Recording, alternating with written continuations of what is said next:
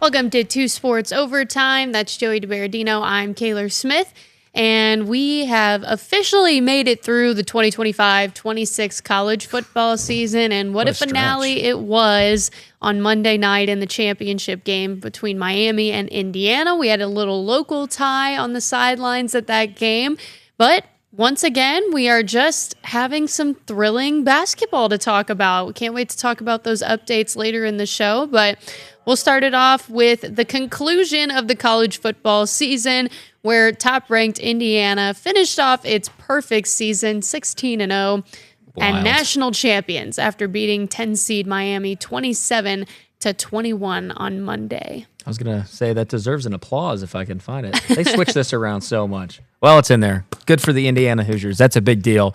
A couple years ago, they couldn't even fill over a couple hundred seats for their opener, and now they are the undisputed kings of college football.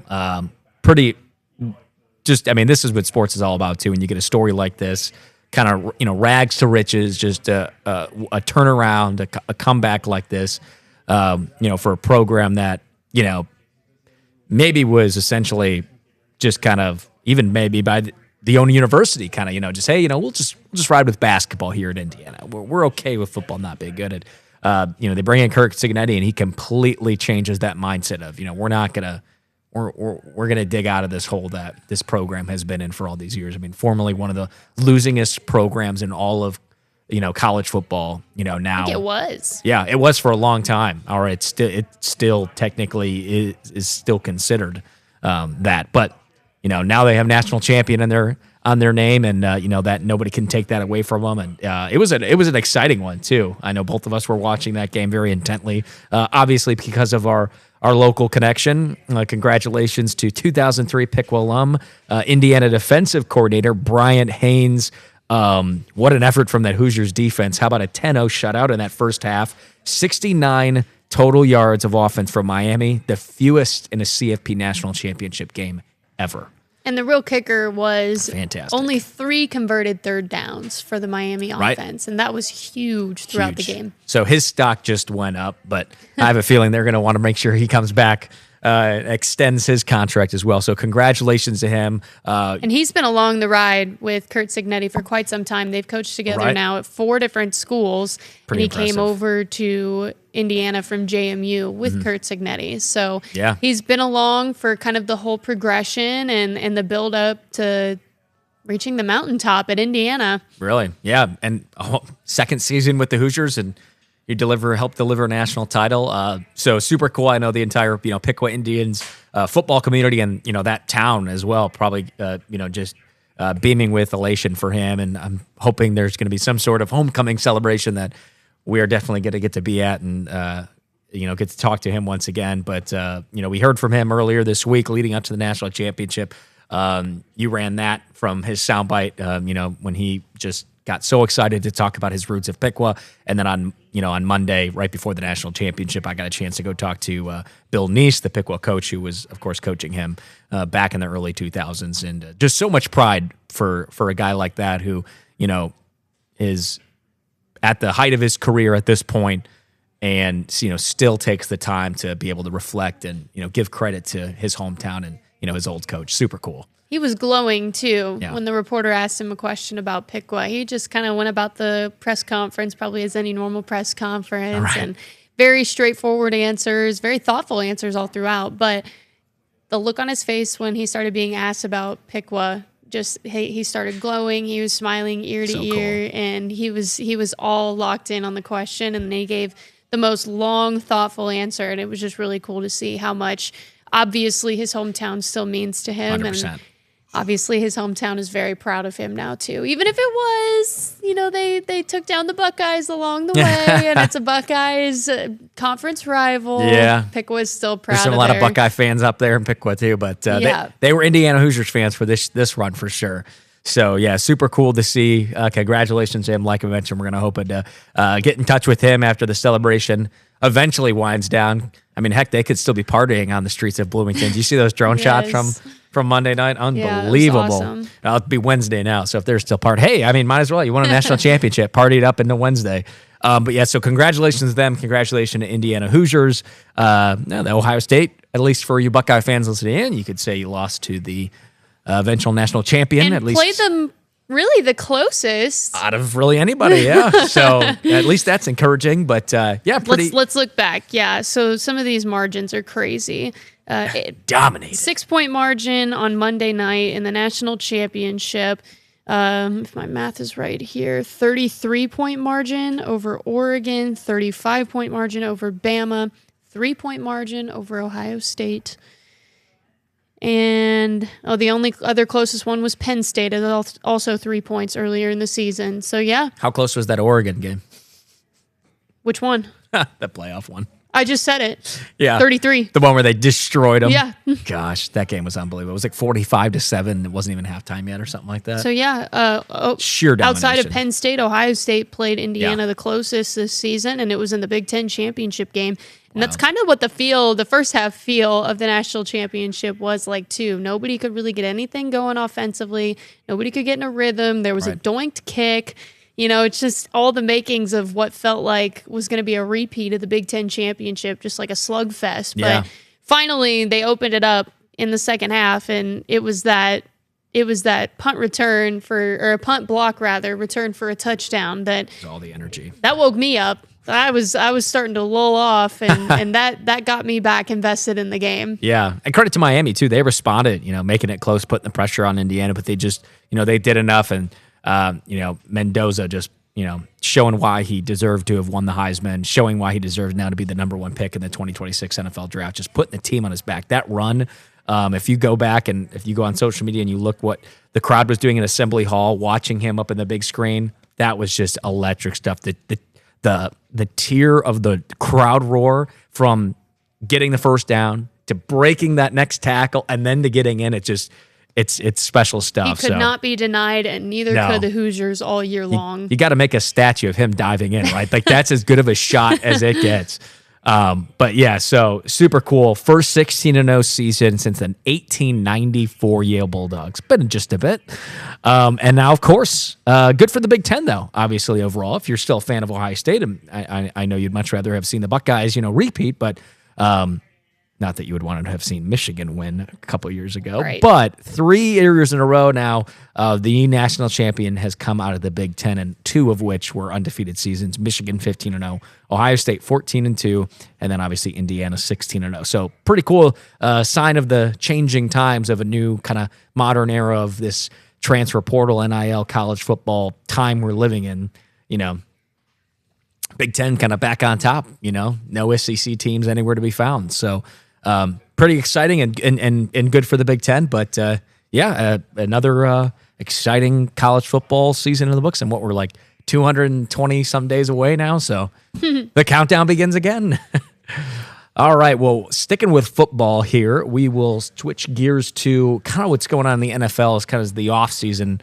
Oh, excuse me, it's not the off season. Off season for the Bengals. Close enough. Off season for the Bengals, but kind of the off season hiring window, it's obviously, is happening. Conference championship week, so we're pretty close. The topic is off season, of course, for these teams because they are no longer playing. But obviously, talking about the coaching carousel and the recent hires, some interesting ones, some shocking ones, some ones maybe we expected, but just going through them. Former Browns coach Kevin Stefanski fired.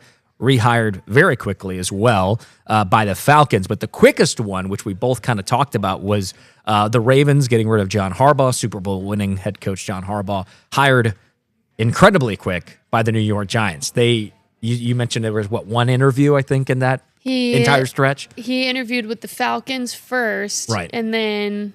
yeah, I mean, he barely did any. Quick. He barely did any. Because that was before. Stefanski's hire was pretty recent, a couple days ago, a handful of days ago. Harbaugh was, a week ago almost now. So that's pretty cool.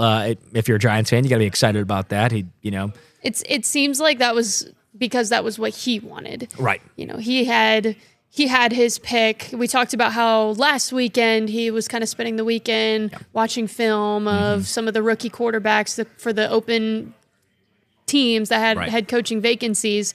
and seems like that he saw something in Jackson Dart that he liked and thought that that's where he wanted to be. Now, wonder how he feels now, seeing what's come open since then. Shocking. This was surprising, I think. Surprising and unsurprising at the same time, because there's been rumbling about it for some years because they just can't seem to get over the hump. But of course, we're talking about the Buffalo Bills moving on from their longtime head coach, Sean McDermott, after a loss in the AFC divisional round this past weekend in Denver. Crazy. I mean, talk about getting over the hump. Oh, they can't get over a hump. But it's like any other team would be like, man, we can't get over the hump of a losing season. And these guys are getting rid of their coach after getting over the hump of, we just get stuck in the divisional and we can't get into the AFC championship game. But I get it. It's just another one of those crazy ones where Standards Zach are high. Taylor is still standing. We talked about that last week. Oh, but yeah, that was a wild one. So Josh Allen will now have a head coach. So it makes you wonder, like, gosh, would a Harbaugh have wanted that Josh Allen Bills opening instead? I saw obviously a fake tweet, but it was breaking news. John Harbaugh asking the Giants to be bought out of his contract, trade him. Get out of it. Yeah, trade him, get out of his contract now. So that'll be a one to follow, of course. And then a couple other ones as well. 49ers defensive coordinator Robert Saleh hired by the Tennessee Titans. And then Packers defensive coordinator Jeff Hafley hired by the Miami Dolphins. Who? No idea. That was a who for me. Yeah. I only know him as a Lions fan, familiar with him. He did okay against us, but Green Bay definitely. He was good for them, but it'll be. I'm surprised. It's his first head coaching position, so interesting. Mike McDaniel still looking for a spot as well. The Lions. Interesting. The Dolphins went defense too. Yeah, right. So we'll see, and then of course Steelers. Mike Tomlin's still in the market, so could we see him in Buffalo? Not sure. That could be interesting there. Well, he can't. I don't think he can coach. He's still unless the Steelers traded him. Oh, really? He is under the Pittsburgh Steelers. Still have his rights for another year. Oh, I didn't even know that. So the speculation is that the Bills would buy that. He would maybe take the year off, go do TV or something, and then the Steelers could trade him. Could the Bills just buy that out if they wanted to? Can they just pay Pittsburgh for him essentially? Right? I assume that's a thing. I don't know. I'm not sure. We'll be keeping an eye on that either way. So, yeah, crazy shakeup. So, but don't be surprised if you don't see Tomlin go in this current cycle. Good point. 2 of the 3 free agent coaches have now been snatched up. It's Stefanski, Harbaugh.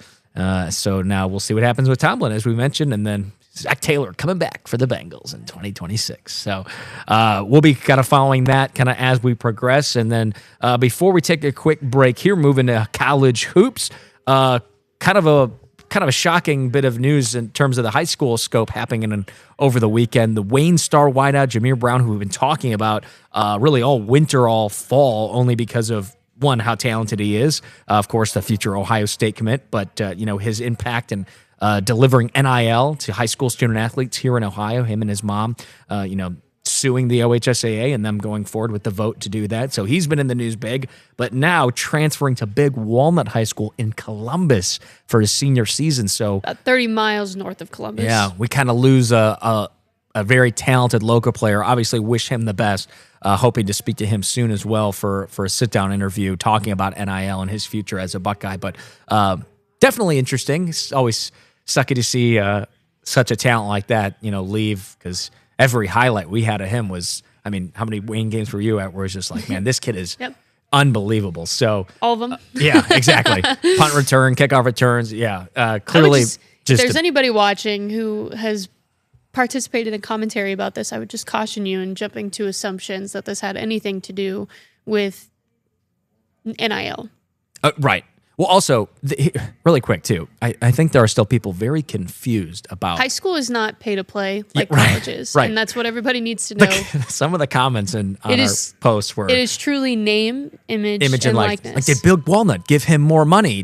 They can't do that. That's not how that works. It is literally like if Coca-Cola wants to put Jamie Brown on a billboard, they can come to him and say, hey, we'd like to, do that and put you up there. Or, Under Armour, Nike, whoever, right? It is not, Centerville, for example, offering... As a collective from their alumni. Right, exactly. Oh, who's offering me more, Springboro or Centerville? No. So anybody who is curious about that, it cannot, and I'm almost positive there's like $100,000 NIL cap too. So if Nike wanted to offer him $5 million. He can only take, I think, $100K at this stage of the NIL wording. So has nothing to do with that. Likely just, I mean, I'm planning to hopefully talk to him soon. We're going to find out. Closer to Columbus, and maybe the family wants to settle somewhere closer to Columbus, knowing that they'll be going and visiting Ohio all State, the time. which makes plenty of sense, too. It gives him an easier route to be going to Ohio State at the semester if he wanted to. Early enroll. Graduate early, and enroll early and participate in spring practice. Who knows? It could be first. He may just want an opportunity doing to the best for win himself, to win a state title yeah, his senior absolutely. year. Unless he tells you, if you get to talk to him, I just would caution the speculation. 100%. And especially that NIL, and you bring up that good point. So it is totally up to... We've both seen the commentary. Outside companies, the schools cannot play players. That is college and beyond. So, but yeah, we wish him well, and like I mentioned, hoping to have a sit down with him and his mother, Jasmine, very soon to talk about his future at Big Walnut and then beyond as a Buckeye. Coming up after the break, college hoops continues. Our teams here in essentially the Miami Valley are on fire, all on win streaks, one a little bit hotter than all the rest, and of course capturing national attention. Talking about those Miami Redhawks. Were they ranked in the top 25? Find out. Coming up right here on 2 Sports Overtime after the break.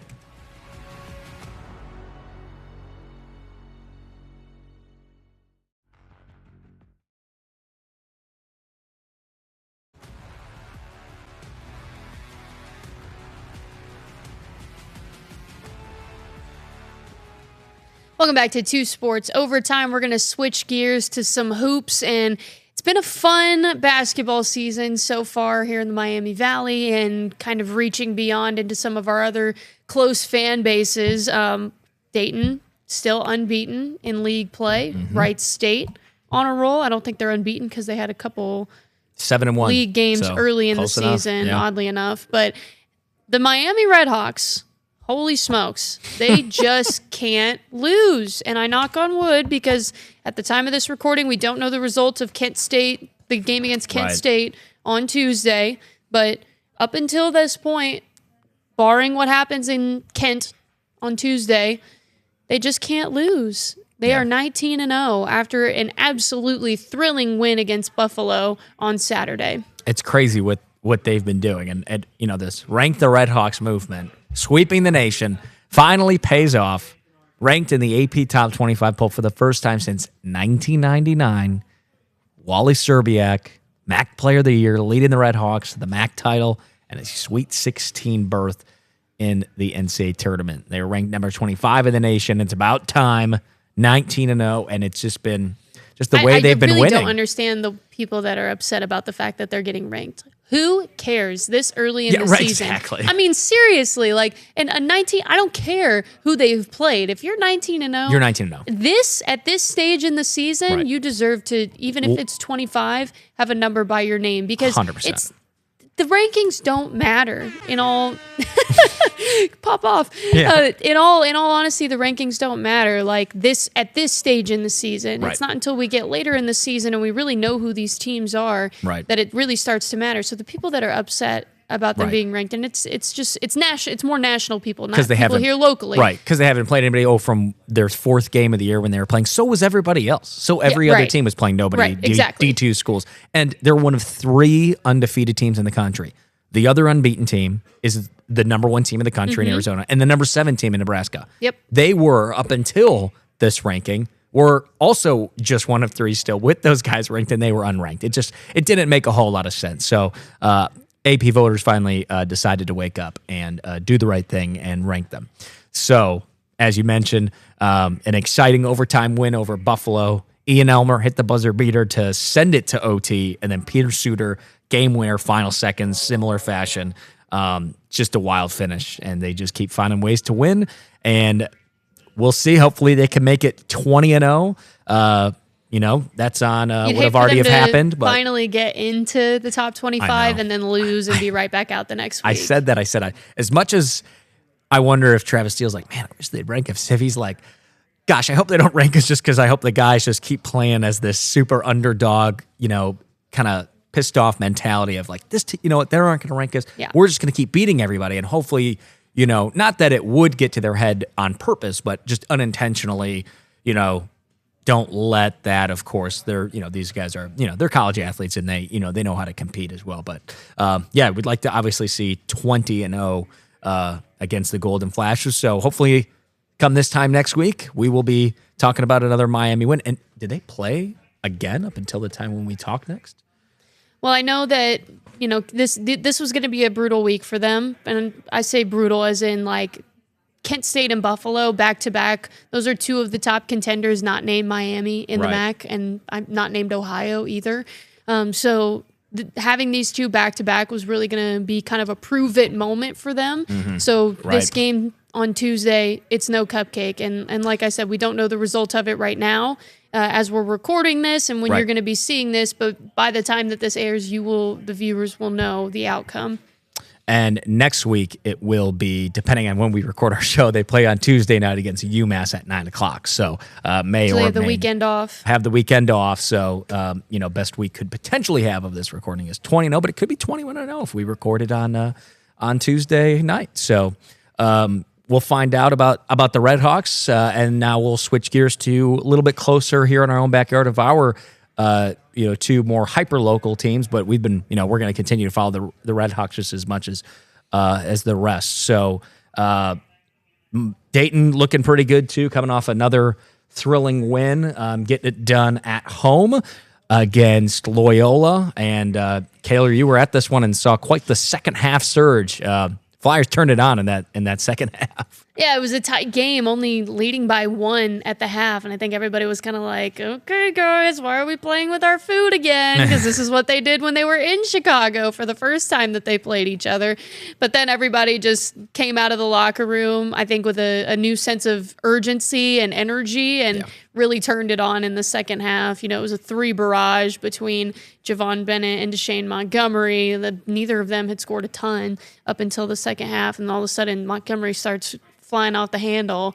And then look at this. Jayon Simon continues to impress and really step up in the absence of Amael Latong and Malcolm Thomas. And now there's campaigns for maybe keep Simon even when those two return. Obviously, you'll rotate them, but absolutely keep Simon in a he's been heavier role impactful. with more playing time because he's been so key in getting out to this 5-0 start in conference play because they've been without their bigs for this entire conference run so far that they've been on. Amael Latong did see a little bit of action on the floor in this game, but very limited, and I don't even know if he scored. I don't think he even scored, but he saw very limited action. He essentially was out for all I think it was just trying to get his feet back under him and get more comfortable with game speed again. For sure.